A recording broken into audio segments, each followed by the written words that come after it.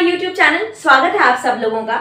देखिए, जो लास्ट हमारा लेक्चर था वहां पर हम डिस्कस कर रहे थे प्रोटीन्स के बारे में और बहुत सारी चीजें जो थी वो हमने यहाँ पर पढ़ ली थी। हमने बेसिकली जैसे जैसे प्रोटीन के अलग अलग टाइप्स होते हैं वो पढ़ लिए थे। बिल्कुल जनरल सा एक डिस्क्रिप्शन जो था वो भी हमने देख लिया था और मैंने आप लोगों को कहा था कि एमिनो एसिड जो है उनके बारे में हम क्या करेंगे, नेक्स्ट लेक्चर में डिस्कस करेंगे। तो बिल्कुल आज का जो लेसन हमारा रहेगा उसमें हम एमिनो एसिड्स को ही क्या करने लगे हैं, डिस्कस ढंग से करने लगे हैं। और कुछ जो और होंगी छोटी छोटी बातें हमें पढ़नी होंगी अगर हम बात करें प्रोटीन्स के रिगार्डिंग, तो उन्हें भी हम क्या करेंगे, आज वाले लेक्चर में ही देखेंगे। देखो, मैंने आपको बताया था कि जनरली जो प्रोटीन्स होते हैं वो किससे मिलकर बने होते हैं, वो एमिनो एसिड या अमीनो अम्ल जिन्हें हम बोलते हैं इनसे मिलकर क्या होते हैं, बने होते हैं। जब बहुत सारे एमिनो एसिड, बहुत सारे अमीनो अम्ल जब आपस में क्या हो जाते हैं, जुड़ जाते हैं, या फिर हम कह सकते हैं जब बहुत सारे अमीनो अम्ल जुड़कर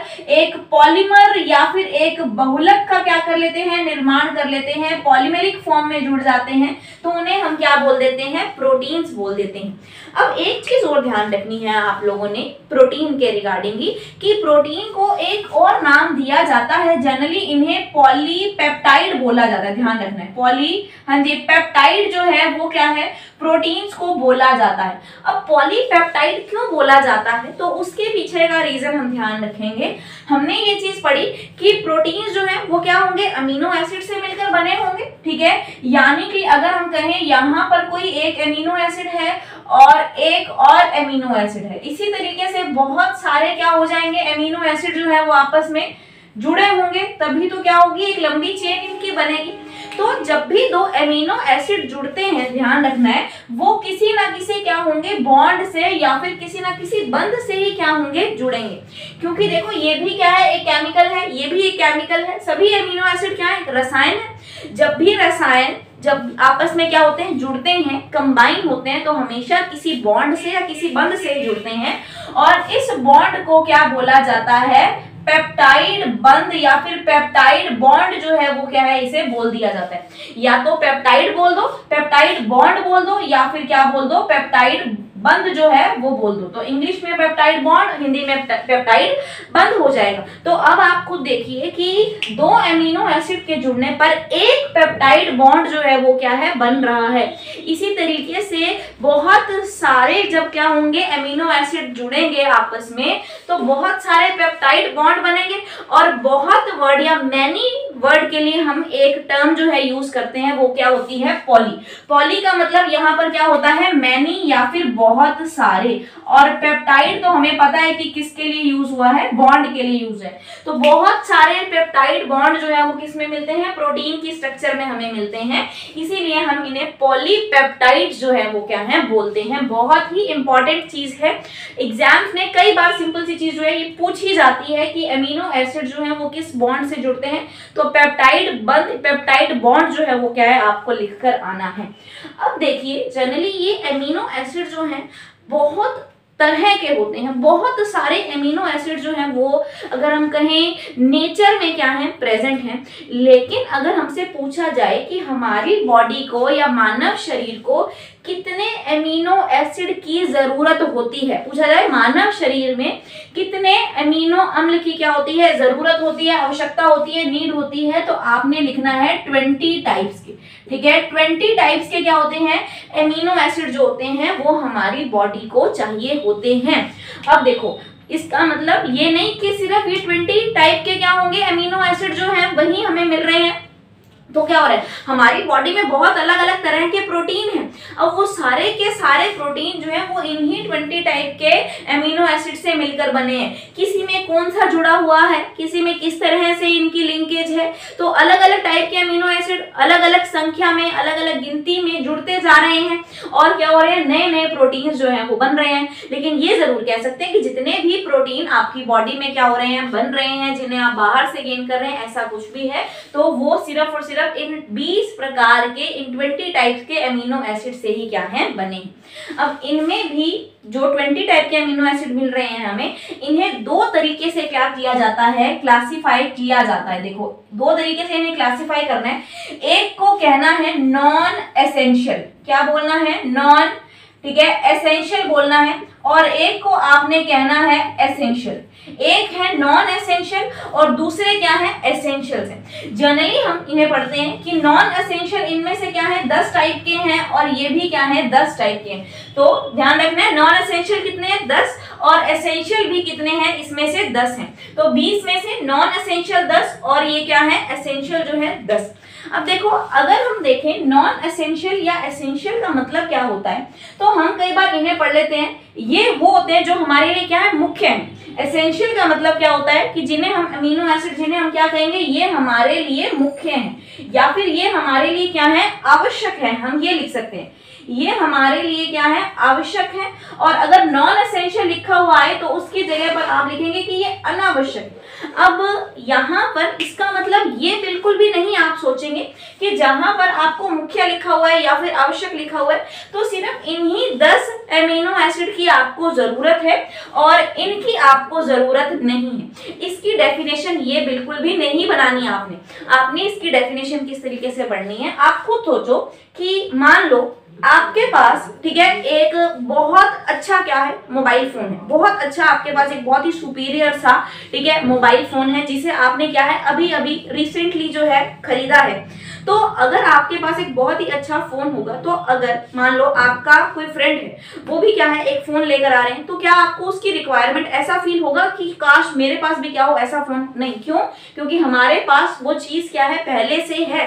तो जो चीज हमारे लिए हमारे पास क्या है पहले से है वो हमारे लिए क्या हो जाती है अनावश्यक हो जाती है या नॉन एसेंशियल हो जाती है। और अगर आपके पास मान लो कोई एकदम ठीक है कह सकते हो ठीक ठाक सा क्या है फोन है, लेकिन अगर आपका फ्रेंड जो है बहुत ही अच्छा मोबाइल फोन उसने क्या हो खरीद लिया हो या उसके पास बहुत ही अच्छा फोन हो, मे भी आपके पास है ही नहीं, तो क्या होगा तब हमें उस चीज की क्या होगी क्रेविंग होगी। हम ये सोचेंगे कि हमारे पास भी क्या हो इतना अच्छा फोन हो, तो वो हमारे लिए क्या होगा तब आवश्यक होगा। तो सेम ऐसा ही क्या होता है एमिनो एसिड के केस में भी होता है। जो एमिनो एसिड हमारा शरीर खुद बना लेता है, अगर हम लिखें कि इसका जो नॉन एसेंशियल अनावश्यक हमारे लिए कौन से होंगे, जिसका जो शरीर जो हमारा है वो इसका स्वयं निर्माण करता है, यानी कि इस तरह के एमिनो एसिड जो हमारी बॉडी में अपने आप ही क्या होते हैं सिंथेसाइज होते रहते हैं, अपने आप ही बनते रहते हैं, उन्हें हम कहेंगे नॉन एसेंशियल। इन्हें हमें बाहर से किसी भी फूड सप्लीमेंट किसी भी भोज्य पदार्थ के में लेने की जरूरत नहीं होती। लेकिन उसमें से 10 क्या है एसेंशियल हैं, 20 में से 10 कैसे आवश्यक हैं जो हमारा शरीर जो है ठीक है वो स्वयं नहीं बनाता। ऐसे एमिनो एसिड जिसे हमारा जो शरीर है वो स्वयं नहीं बनाता, बल्कि हमें इसे क्या करना होता है भोज्य पदार्थों के रूप में ग्रहण करना होता है। इसे हम क्या करते हैं भोज्य पदार्थों से ग्रहण करते हैं, बाहर से हम इन्हें फूड सप्लीमेंट के तौर पे हम क्या करते हैं प्रोटीन्स हम खाते हैं ना, हम सोचते हैं कि हम दालें खा लें, हम तो ऐसे कैसे पढ़ते हैं प्रोटीन्स के सोर्सेज को हम कैसे पढ़ते हैं कि आप दाल खाओ ठीक है उससे आपको हाई प्रोटीन्स मिलता है। सोयाबीन जो है वो क्या है एक बहुत ही अच्छा प्रोटीन का क्या है सोर्स है ठीक है। उसके बाद अगर हम बात करते हैं मीट है, अंडा है, मांस है, मछली है, ये सारे किसके सोर्स हैं प्रोटीन के सोर्स हैं, पल्सेस सारे ठीक है। हाँ जी, तो ये जो भी हम ऐसी चीजें खाते हैं जिनसे हमें प्रोटीन्स मिलते हैं उनसे हमें कैसे प्रोटीन मिलते हैं एसेंशियल प्रोटीन्स मिलते हैं। नॉन एसेंशियल प्रोटीन्स हमें बाहर से नहीं लेने पड़ते क्योंकि ये हमारी बॉडी में क्या है खुद ही बनते रहते हैं। ये आपको क्या करना है ध्यान रखना है। अगर आपसे पूछा जाए ठीक है अब आपको क्वेश्चन कैसा आता है, आपको 4 जो है प्रोटीन या 4 एमिनो एसिड के एग्जाम्पल दे दिए जाते हैं और पूछा जाता है कि बताओ इसमें से नॉन एसेंशियल कौन सा है और इसमें से एसेंशियल कौन सा है। तो आप क्या करेंगे सिर्फ और सिर्फ ये जो एसेंशियल वाले ठीक है एमिनो एसिड है इन्हें अच्छे से क्या कर लेंगे ध्यान रख लेंगे। अगर आपके पास अगर इसी में से क्वेश्चन पूछा जाए कि किस एमिनो एसिड का कौन सा काम है तो वो चीज भी क्लियर हो जाएगी। और अगर आपको ऐसा क्वेश्चन आ जाए कि 3 एसेंशियल देकर एक नॉन एसेंशियल दे दे और पूछ ले कि बताओ इनमें से नॉन एसेंशियल या अनावश्यक एमिनो एसिड कौन सा है, तो ऑब्वियसली आपको ये 10 तो क्या है याद ही है, तो उसमें से 3 तो ऐसे आपको होंगे जो अच्छे से आपको पता होंगे, एक जो आपको अलग लगेगा वो आप इस पे टिक करके आएंगे ठीक है। तो आप क्या करेंगे हमारे लिए जो सबसे ज्यादा पढ़ने जरूरी है वो क्या है ये एसेंशियल एमिनो एसिड या फिर जो आवश्यक अमीनो अम्ल है वो ही क्या है जरूरी है। तो आई होप इतनी सी चीज जो है आपको समझ में आ गई होगी। क्या बताया मैंने प्रोटीन्स को पॉलीपेप्टाइड पॉलीपेप्टाइड कहना है, क्यों कहना है? क्योंकि अमीनो एसिड पेप्टाइड बॉन्ड से जुड़ते हैं और प्रोटीन्स में बहुत सारे हमें अमीनो एसिड्स मिलते हैं। सभी अमीनो एसिड्स जब पेप्टाइड बॉन्ड से जुड़ेंगे तो बहुत सारे पेप्टाइड बॉन्ड मिल जाएंगे, तो दैट इज व्हाई इसे पॉलीपेप्टाइड बोलना है। फिर उसके बाद ये अमीनो एसिड हमारी बॉडी को कितने अमीनो एसिड या कितने, ठीक है, टाइप के अमीनो एसिड की जरूरत होती है या हमारी बॉडी में होते हैं, तो 20 टाइप्स आपको लिखना है।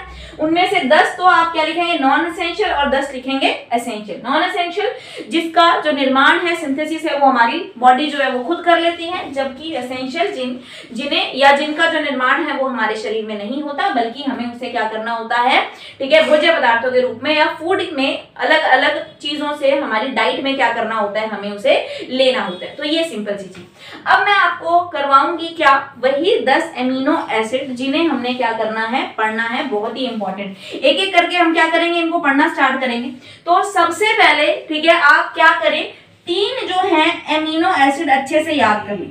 3 एमिनो एसिड जो है वो मैं क्या करूंगी, आपको अच्छे से याद करवाऊंगी। हाँ जी, जिसमें सबसे पहला आप नाम लिखेंगे ल्यूसीन, ठीक है, फिर नाम लिखेंगे आइसोल्यूसिन। पहला है ल्यूसीन, सेकंड है आइसोल्यूसिन, और थर्ड नंबर पे आप लिखेंगे वेलिन। ल्यूसीन, आइसोल्यूसिन और वेलिन, 10 नाम हम याद करेंगे। तो ल्यूसीन लिखा, आइसोल्यूसिन लिखा और क्या कर लिया, वेलिन लिख लिया। अब ये तीनों जो है एमिनो एसिड, अब देखो कई बार क्या होता है, जैसे मान लो मैं आपको सिंपल सी चीज बताती हूँ कि ये हमने ले लिया, मान लो ल्यूसीन, ठीक है, ये आया ल्यूसीन आया, या फिर लिखो ये, सॉरी, हमने लिखा ये ल्यूसीन, फिर हमने लिखा मान लो ये आ गया आइसोल्यूसिन, और फिर आ गया क्या, ये वेलिन। अब ऐसे बहुत ही टाइप के क्या होते हैं, एमिनो एसिड होते हैं। जैसे अगर मान लो मैं आपको बताती हूँ, एक होता है लाइसिन, मैं अभी आपको सिर्फ नाम से बता रही हूँ, एक होता है लाइसिन, ठीक है, एक होता है अगर हम बात करें फेनिल एलानिन भी क्या है, एक इस तरीके के एमिनो एसिड। तो देखो ये बहुत सारे एमिनो एसिड जो हैं जुड़ जाते हैं और इस तरीके से पेप्टाइड बॉन्ड से क्या होते हैं, आपस में जुड़ते जाते हैं, बहुत लंबी लंबी इनकी चेन बन जाती है और उसे हम क्या बोल देते हैं, प्रोटीन। अब मान लो एक ऐसा प्रोटीन है जिसमें ये इस तरीके से जुड़े हुए हैं, कोई दूसरा, जैसे ही मान लो अगर मैं यहाँ पर कर दूं आइसोल्यूसिन, फिर कर दूं उसके बाद वेलिन, फिर उसके बाद मान लो कर दें हम यहाँ पर लाइसिन, फिर हम कर दें फेनिल एलानिन जो है, लास्ट में हम कर दें ल्यूसीन। तो देखो अगर आप देख रहे हो इनका ऑर्डर जो है वो क्या हो चुका है, चेंज हो चुका है। तो अब जैसे ये ऑर्डर चेंज होगा तो इसके बीच में जो प्रोटीन्स हैं वो क्या होगा, एक नए टाइप का बन जाएगा। तो सिर्फ और सिर्फ ये बी टाइप के जो क्या होंगे एमिनो एसिड होंगे, ये अलग अलग तरीके से क्या होते जाते हैं, जुड़ते जाते हैं और नए नए प्रोटीन्स जो हैं वो क्या होते जाते हैं, बनते जाते हैं। बस ये आपको ध्यान रखना है। हाँ जी, यहाँ बात करते हैं, ल्यूसीन आया, आइसोल्यूसिन आया और वेलिन आया। इन तीनों के लिए आप क्या लिखेंगे, बात करेंगे कि ये जो एमिनो एसिड्स होते हैं ना, तीनों के तीनों, ये हमारे लिए हेल्पफुल होते हैं उन लोगों के लिए जो क्या करते हैं, बॉडी बिल्डिंग करते हैं। यानी कि मान लो जो लोग जिम जाते हैं, जिमिंग करते हैं, ठीक है, या बॉडी बिल्डिंग करते हैं, तो उनके लिए ये जो है एमिनो एसिड बहुत ही ज्यादा क्या है, जरूरी होते हैं, ठीक है। अब ध्यान रखो, जैसे मान लो ये ल्यूसीन है, तो ये ल्यूसीन क्या करता है, एनर्जी प्रोवाइड करने का काम करता है, ऊर्जा देने का काम करता है। अब क्या होते हैं, अब एकमात्र अगर हम कहें ऐसा प्रोटीन जो है जिससे हमें एनर्जी जो है मिलती है, ठीक है, तो वो क्या है, ल्यूसीन है। ऐसे और भी कुछ प्रोटीन्स हैं, लेकिन अगर पूछा जाए कि कौन सा ऐसा अमीनो एसिड है जिससे हमें क्या है, एनर्जी मिलती है, वो क्या है, ल्यूसीन की वजह से मिलती है। फिर उसके बाद अगर जैसे मान लो मैं लिख रही हूँ आइसोल्यूसिन, तो ये आइसोल्यूसिन जो है ये क्या करता है, हमारी बॉडी को स्ट्रेंथ या फिर हम कह सकते हैं ताकत जो है वो क्या है, देता है। स्ट्रेंथ जो हमें मिलती है, जो लोग बॉडी बिल्डिंग करते हैं उन्हें किसकी वजह से मिलती है, इस आइसोल्यूसिन की वजह से मिलती है। फिर जैसे मान लो लिखा हुआ थर्ड नंबर पे वेलिन, ये वेलिन क्या करता है, हम कई बार क्या होता है ना, जैसे फैट बर्न में ये आप कह सकते हैं एक तरीके से हमारी हेल्प करता है। या फिर आप ये कह सकते हो कि मान लो जो लोग बहुत ज्यादा क्या करते हैं, एक्सरसाइज करते हैं, तो एक्सरसाइज करने पर वो क्या करते हैं, वो अपना फैट बर्न करते हैं। यानी कि जो भी एक्स्ट्रा फैट, एक्स्ट्रा जो वसा है वो क्या हो चुकी है, हमारी बॉडी पर जो है जम चुकी है, स्टोर हो चुकी है, उन्हें हम क्या कर सकते हैं, वहां से रिड्यूस करने का, वहां से उसको क्या है, कम करने का काम करते हैं।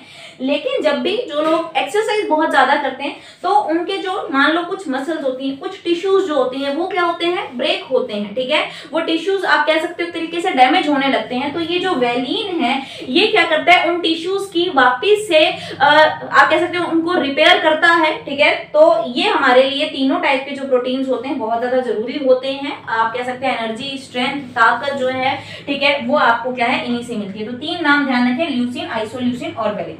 फिर उसके बाद मान लो, हाँ जी, 2 और मैं नाम यहाँ पर याद करवाऊंगी आपको। 4 और 5 नंबर पे अगर मैं आपको याद करवाऊं तो लिखो आर्जिनिन। ठीक है, आर्जिनिन क्या है, एक और आर्जिनिन, और एक लिख लो हिस्टिडीन। ठीक है, आर्जिनिन है और क्या है, हिस्टिडीन।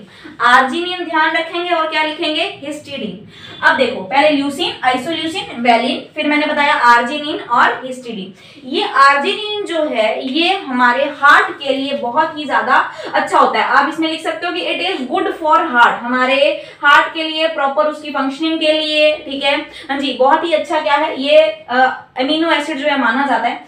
फिर लिखा हुआ है 5th नंबर पे हिस्टिडीन। देखो जनरली आपसे इनकी वर्किंग बहुत ही कम पूछी जाती है, इनके फंक्शंस बहुत कम पूछे जाते हैं। मेन जो चीज पूछी जाती है वो यही होते हैं कि मान लो उन्होंने 4 नाम आपको, 3 नाम आपको दे दिया एसेंशियल के, 1 दे दिया नॉन एसेंशियल का, वो आपको याद रखना है। 3 दे दिए नॉन एसेंशियल, 1 दे दिया एसेंशियल, तो आपको पता चल जाएगा कि हमने कौन से 10 जो है पढ़े हैं, तो उसके अकॉर्डिंग आप उसको टिक करके आ सकते हैं। लेकिन अगर वो आपसे फंक्शनिंग पूछे तो भी क्या है, हमें चीजें आनी चाहिए। तो हिस्टिडीन, ठीक है, अब ये हिस्टिडीन जो है ये एक क्या कह सकते हैं आप, हिस्टामिन का क्या करता है, स्रावन करता है। तो इससे जो हिस्टामिन है, आप लोगों ने नाम सुना होगा, ये उसका क्या करता है, स्रावन करता है। ये हिस्टामिन आप कह सकते हो एक ऐसा फैक्टर है, एक ऐसा कारक आप इसे बोल सकते हो। अगर इसकी क्या हो जाए, कमी हो जाए, तो अलग अलग टाइप की क्या होती है, डिसीजेस हो सकती है। जैसे मान लो एलर्जी हो जाती है, ठीक है, एलर्जी है, या फिर अगर हम कहें अल्सर जो है अगर वो हो जाता है, या फिर अगर हम कहें एनीमिया, तो एनीमिया है, एलर्जी है, अल्सर है, उस तरह की जो डिजीज हैं वो क्या हो सकती हैं, अगर ये हिस्टामिन जो है, ठीक है, ये कंट्रोल में नहीं रहे तो ऐसी प्रॉब्लम्स जो है वो क्या है, हो सकती हैं। तो ये आपको क्या करना है, ध्यान रखना है। हिस्टिडीन से जो फैक्टर या फिर जो भी आप कह सकते हो कारक जो है वो रिलीज होता है, उसका क्या नाम होता है, हिस्टामिन नाम होता है। ठीक है, तो 1 2 3 4 5, हाँ जी। अगला जो है नाम याद रखो, 6 नंबर पे हम पढ़ेंगे। ठीक है, हाँ जी। 7 नंबर पे जो मैं आपको पढ़ाऊंगी वो आपको ध्यान रखना है। आप लिखेंगे थ्रियोनीन। ठीक है, क्या लिखेंगे, थ्रियोनीन जो है ये एक है, थ्रियोनीन जो है, ध्यान रखें। और इसी के साथ एक और नाम याद रखें, मेथियोनिन। ठीक है, मेथियोनिन और थ्रियोनिन, एक है मेथियोनिन और एक क्या है, थ्रियोनिन, जो ध्यान रखना है। तो मेथियोनिन जो है ये क्या करता है, आप ध्यान रखें कि लिवर में जो भी क्या हो, कोई भी खराबी हो, लिवर में अगर कोई भी क्या हो रहा है, प्रॉब्लम चल रही है, तो उसको ठीक करने के लिए जो भी एमिनो एसिड यूज किया जाएगा वो क्या हो जाएगा, ठीक है, मिथियोनिन होगा, ध्यान रखना है। तो ये क्या है, मिथियोनिन, आपको इसका नाम बहुत अच्छे से ध्यान होना चाहिए। और एक और नाम लिखा हुआ है थ्रियोनिन। थ्रियोनिन जो है इसको आप कह सकते हो कि ये एक रिलैक्सिंग एमिनो एसिड है। रिलैक्सिंग एमिनो एसिड यानी कि ये नींद के लिए क्या होता है, बहुत ही अच्छा होता है। अगर ये कंट्रोल में रहे तो आप क्या कर सकते हैं, आपकी जो नींद है वो बहुत ही अच्छी हो सकती है, आप क्या हो सकते हैं, रिलैक्स फील करते हैं। और इसी के साथ एक चीज और ध्यान रखना है आपके लिए, थ्रियोनिन जो पूछा जाता है, चाय जब हम क्या, ग्रीन टी स्पेशली अगर हम लिखें या फिर ओनली टी भी आपको लिखा हुआ है, तो कौन सा उसमें एमिनो एसिड जो है मिलता है, तो आपको थ्रियोनिन जो है वो क्या है, कर आना है। तो चाय में कौन सा एमिनो एसिड मिलता है, ठीक है, थ्रियोनिन, ध्यान रखें। और मिथियोनिन मैंने आपको बता दिया, लिवर में कोई भी क्या चल रही हो, प्रॉब्लम हो या जैसे भी, तो उसके लिए कौन सा, मिथियोनिन जो है वो बेस्ट है। तो ये क्या है, 7 हमने कर लिए। आई होप आप साथ के साथ इसको नोट जरूर करते जा रहे होंगे। तो ये 3 को मैं क्या करूंगी, अब इरेज करूंगी, और 8th 9th और 10th नंबर वाले जो क्या है एमिनो एसिड है, उनको हम क्या करेंगे, यहीं पर डिस्कस करेंगे। हाँ जी, अब पढ़ते हैं 8th नंबर पे जो आपको पढ़ना है, ध्यान रखो, लाइसिन। ठीक है, 8th नंबर पर हम पढ़ेंगे। तो 8th है, नाम ध्यान रखेंगे, लाइसिन। कंफ्यूज नहीं होना, मैंने स्टार्टिंग में आपको बताया था ल्यूसीन, अब मैं क्या बता रही हूँ, लाइसिन बता रही हूँ। तो ल्यूसीन और लाइसिन में आपने क्या करना है, बिल्कुल भी कंफ्यूज नहीं होना। हाँ जी, ठीक है, 8th नंबर पे आया लाइसिन। फिर आया 9th नंबर पे, ध्यान रखो, इसे बोला जाता है फेनिल एलानिन, फेनिल एलानिन। और 10th नंबर पे ध्यान रखो, ट्रिप्टोफेन, ट्रिप्टोफेन। फिन, हाँ जी। तो लाइसिन है, फिर उसके बाद क्या है, फेनिल एलानिन है, और उसके बाद क्या है, ट्रिप्टोफेन। ये जो है आपको तीनों बहुत ही क्या होने जाने चाहिए, अच्छे तरीके से नाम याद होने चाहिए। अब देखो सबसे पहले जो आपको ध्यान रखना है, ये दो जो है वो क्या करो, बहुत ही अच्छे से ध्यान में रख लो, ठीक है। कौन कौन से, एक तो फेनिल एलानिन और एक क्या है, ट्रिप्टोफेन। उसके बाद देखिए अब यहाँ पर आपको ध्यान रखना है, ये जो फेनिल एलानिन है ये हमारी बॉडी में दो चीजों को क्या करता है, उनके आप कह सकते हो सिक्रीशन को बढ़ाने का काम करता है, जिसमें एक तो क्या नाम है, डोपामिन, ध्यान रखो, एक तो क्या है, डोपामिन, और दूसरा है सीरोटोनिन, ठीक है। क्या है, एक तो डोपामिन और दूसरा नाम क्या ध्यान रखना है, सीरोटोनिन को क्या करता है, ये हमारी बॉडी में बढ़ाता है। और इन दोनों के कंट्रोल में रहने की वजह से आप साथ के साथ जरूर लिख लेना कि मान लो डिप्रेशन है, ये डिप्रेशन को क्या करते हैं, कम करने का काम करते हैं, ठीक है। तनाव जो है उसे कम करने का काम करते हैं। कोई एंग्जाइटी है, डिप्रेशन है, तो ये उसकी वजह से क्या रहता है, कंट्रोल में रहता है। तो फेनिल एलानिन का मेन काम क्या होता है, डोपामिन और सीरोटोनिन जैसे फैक्टर्स जो है इनको क्या करना, सिक्रीशन इनका बढ़ाना, इनको हमारी बॉडी में क्या करना, इंक्रीज करवाना, जिसकी वजह से डिप्रेशन है, एंग्जाइटी है, तनाव है, इनसे हम क्या रहते हैं, दूर जो है रह सकते हैं या फिर उनको कंट्रोल में रख सकते हैं, ठीक है।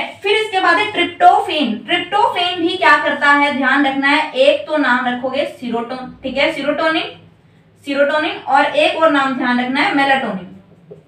हाँ जी, क्या है, सीरोटोनिन है और क्या है, मेलाटोनिन है। तो ये इनके आप कह सकते हैं सिक्रीशन को क्या करते हैं, ठीक है, बढ़ाते हैं। इसकी वजह से अभी जो मेलाटोनिन है ये क्या करता है, आपको ध्यान रखना है, नींद में ये क्या रहता है, बहुत ही अच्छा रहता है। नींद के लिए, एक अच्छी नींद के लिए जो है ये मेलाटोनिन जो है, मेलाटोनिन लिखा हुआ है, ठीक है, ये एक बहुत ही अच्छा क्या है, फैक्टर है। वही सीरोटोनिन ये वापिस से क्या करते हैं, एंग्जाइटी को, तनाव को कम करते हैं, माइंड को क्या करते हैं, रिलैक्स करते हैं, और नींद जो है इनकी वजह से क्या होती है, अच्छी आती है। तो ये दोनों आपको क्या करने, सेम से हैं, ध्यान रखने। लास्ट में हम पढ़ेंगे कौन सा, लाइसिन। लाइसिन आप लोगों ने सुना होगा, ये क्या करता है, ठीक है, अगर ये हमारी बॉडी में क्या रहे, कंट्रोल में रहे, तो हर्पीज में ये क्या कह सकते हैं, आप कह सकते हो, ठीक है। हर्पीज क्या हो जाती है, डिसीज हो जाती है ना कई बार, उसकी बीच में मेन जो रीजन इसका रहता है, एक तो लाइसिन, ठीक है। तो लाइसिन इसको क्या करता है, आप कह सकते हो हर्पीज को कंट्रोल करने का काम करता है, या फिर अगर मान लो आप ये कह सकते हैं कि इसकी जो है ये आपकी बॉडी में कंट्रोल में रहे,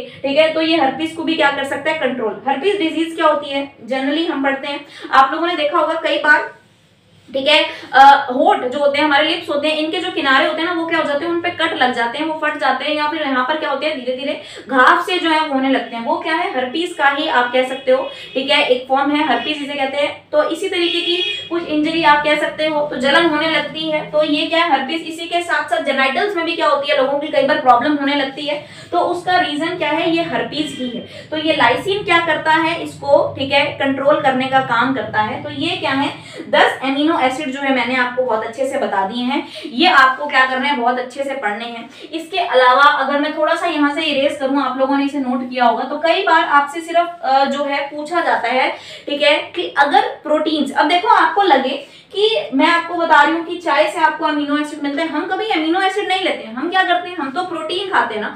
और आप मुझे बताओ कि अगर कोई भी ऐसा प्रोटीन है जिसमें आपको इनमें से जो भी अमीनो एसिड है वो क्या मिल रहे हैं, बहुत सारे मिल रहे हैं, आप उस प्रोटीन को क्या करोगे, खाओगे, अपनी डाइट में क्या करोगे, ऐड करोगे, शामिल करोगे, तो जनरली आपको देखा जाए तो ये अमीनो एसिड ही तो मिलेंगे, ठीक है। हम डायरेक्ट एमिनो एसिड तो नहीं खाते, लेकिन हम प्रोटीन तो क्या करते हैं, अपनी डाइट में ऐड करते हैं ना, तो उन प्रोटीन से हमें ये वाले एमिनो एसिड जो है मिल जाते हैं, क्योंकि ये हमारे लिए जरूरी है और ये हमारी बॉडी जो है वो खुद बना लेती है, ठीक है। तो ये सिंपल सी चीज जो है वो आपको थोड़ी सी क्या करनी है, ध्यान रखनी है। हम कभी भी डायरेक्ट जो है एमिनो एसिड को नहीं खाते हैं, हम प्रोटीन्स को क्या है लेते हैं, अपनी डाइट में ऐड करते हैं, और वो क्या करते हैं, इन एमिनो एसिड की हमारी बॉडी में जो कमी है, रिक्वायरमेंट है, उसको क्या करते हैं, पूरा कर देते हैं, ये ध्यान रखना है। फिर आपसे जो सिंपल से 2 क्वेश्चन कई बार एग्जाम में पूछे जाते हैं कि अगर क्या हो जाए, प्रोटीन, हमने बोला देखो प्रोटीन जो है बहुत ही ज्यादा कॉम्प्लेक्स आप कह सकते हो एक ऑर्गेनिक कंपाउंड्स होते हैं, क्योंकि देखो मैंने बताया कार्बन है, हाइड्रोजन है, ऑक्सीजन है, नाइट्रोजन है, सल्फर है, फास्फोरस है, कुछ ठीक है, आयरन के क्या है एलिमेंट्स हैं, तो ये सभी हमें किस में मिल रहे हैं, प्रोटीन में। प्रोटीन बहुत ही क्या होता है, कॉम्प्लेक्स टाइप का एक मान लो आप कह सकते हो एलिमेंट होता है या पदार्थ होता है, सब्सटेंस होता है। और प्रोटीन्स को मैंने बताया कि हम फर्स्ट नंबर पे रखते हैं हमारी बॉडी में। अगर पूछा जाए कि सबसे ज्यादा जरूरी क्या है, तो प्रोटीन क्या है, हमारी पूरी बॉडी की स्ट्रक्चर बनाने के लिए, पूरी बॉडी की मेंटेनेंस के लिए बहुत ज्यादा जरूरी है। अगर प्रोटीन क्या हो जाए, कमी हो जाए, प्रोटीन की डेफिशिएंसी हो जाए, तो दो जो है वो डिजीज आपको क्या करनी है, ध्यान में रखनी है। एक तो है क्वाशियोरकॉर जिसको हम बोलते हैं, ठीक है, हाँ जी, क्वाशियोरकॉर क्या है, डिजीज है। ये जनरली क्या हो जाती है, बच्चों में होती है अगर प्रोटीन की क्या हो जाए, कमी हो जाए। इसके अलावा एक और जो है मरास्मस जो है, ये भी क्या है, एक डिजीज है। तो मरास्मस और क्वाशियोरकॉर जो है, ये दोनों ही क्या है, वो डिजीज है जो किसकी वजह से होती है, प्रोटीन की डेफिशिएंसी की वजह से, प्रोटीन की कमी की वजह से होती है। जनरली जो मरास्मस है वो क्या है, छोटे बच्चों के बीच में क्या है हमें देखने को मिलता है। जो मसल्स होती हैं, इनकी मांसपेशियां होती हैं, वो बहुत ही ज्यादा क्या होती हैं, ढीली पड़ जाती हैं। इसकी अगर मान लो ये रोग हो तो उन बच्चों का क्या हो सकता है, प्रॉपर जो ग्रोथ है इनकी नहीं हो पाती, इनका विकास जो है वो नहीं हो पाता। तो ये दो चीजें आपको हमेशा ध्यान रखनी है। यही जो ऐसे क्वेश्चन जो है पूछे जाते हैं। प्रोटीन्स जो है वो अलग अलग टाइप के हमने हो सकते हैं, हमने पढ़ लिया था, टाइप्स मैंने आपको बता दिए थे। फिर आप ध्यान रखें कुछ ऐसी चीजें जो है, ठीक है, थोड़ा सा बस आप इनको अच्छे तरीके से पढ़ लीजिएगा। हाँ, अगर आप ये लेक्चर जो है पहली बार देख रहे हैं और इससे पहले वाला लेक्चर आपने नहीं देखा तो वो जरूर देख लेना, क्योंकि उसके बीच में हमने सारा जो है डिस्क्रिप्शन बहुत ही अच्छा बेसिक सा जो है वो डिस्कस किया है। मैंने बहुत अलग अलग टाइप के जो है वो आपको प्रोटीन्स बता दिए हैं। कुछ एक दो प्रोटीन्स जो है थोड़ा सा और ध्यान रखो, जैसे ग्लोबुलिन मैंने आपको बताया था। ग्लोबुलिन जो है वो कहां पर मिलती है, ब्लड में मिलती है, ठीक है। ब्लड में एक फाइब्रिनोजन भी मैंने आपको बताया था, वो भी क्या है, ब्लड में मिलने वाली प्रोटीन है। तो ग्लोबुलिन जो है वो भी ब्लड में मिलती है। फाइब्रिनोजन अगर पूछा जाए वो भी क्या है, हमारे रक्त में, ब्लड में मिलती है। इसके अलावा एक और नाम जो है वो कई बार पूछ लिया जाता है, एल्ब्यूमिन का जो है नाम आपने सुना होगा। एल्ब्यूमिन एक ऐसी प्रोटीन, ठीक है, ये भी हमें कहां मिलती है, ब्लड में। और ब्लड में सबसे ज्यादा जो है मिलने वाली प्रोटीन यही है। 55% जो है वो हमें ब्लड में ये मिलती है, ठीक है। जैसे मान लो मैंने बोला ग्लोबुलिन, वो कुछ 38% तक मिलती है। फिर बताया मैंने फाइब्रिनोजन, वो रक्त का थक्का जमाने में, ब्लड क्लॉटिंग में क्या होती है, कह सकते हैं आप सहायक होती है, तो वो कुछ 7% मिलती है, ठीक है। जैसे अब ग्लोबुलिन वो क्या कर रही थी, एंटीबॉडीज फॉर्मेशन में क्या कर रही थी, हेल्प कर रही थी। सेम ऐसे एल्ब्यूमिन है, तो ये भी हमारी बॉडी में मिलती है। ये क्या करती है, ट्रांसपोर्ट का काम, कोई वसा है, दूसरे पदार्थ हैं, उनको एक जगह से पूरी बॉडी में लेकर जाना है, उन्हें क्या करना है, उनका परिवहन करना है। तो एल्ब्यूमिन जो है इसके लिए हेल्पफुल होती है। अगर ये एल्ब्यूमिन की क्या हो जाए, मान लो बॉडी में कमी हो जाए, तो या फिर अगर ये कंट्रोल में नहीं रहे, तो किडनी की डिजीजेज जो है वो हो सकती है। ब्राइट रोग बोला जाता है एक रोग को। ब्राइट रोग जो है, ब्राइट डिजीज होती है, वो किडनी से रिलेटेड डिजीज होती है। वो कब होती है, अगर एल्ब्यूमिन जो है कंट्रोल में नहीं रहे। तो ऐसी छोटी छोटी सी चीजें हैं। मैंने लगभग सारा का सारा पोर्शन जो भी आपके एग्जाम के पर्सपेक्टिव से इंपॉर्टेंट था वो मैंने सारा आपको करवा दिया है। इवन जो चीजें थोड़ा कम इंपॉर्टेंट थी वो भी मैंने आपको बताई हैं। अगर इनमें से भी कोई क्वेश्चन आए तो कोई गलती के चांसेस बिल्कुल भी नहीं होने चाहिए, ठीक है। तो आई होप ये पूरा सेक्शन जो है वो आप लोगों को अच्छे समझ में आया होगा। प्रोटीन का फर्स्ट पार्ट जरूर देखना, देन उसके बाद ही क्या करना है, ये वाला पार्ट देखिएगा। तो जल्दी मिलूंगी आप लोगों से एक नए लेक्चर के साथ, जिसमें मैं एक नया न्यूट्रिएंट, एक नया पोषक तत्व जो है वो आपके साथ डिस्कस करूंगी, सेम ऐसे ही पूरी अच्छे से डिटेलिंग में। तो टिल देन गुड बाय।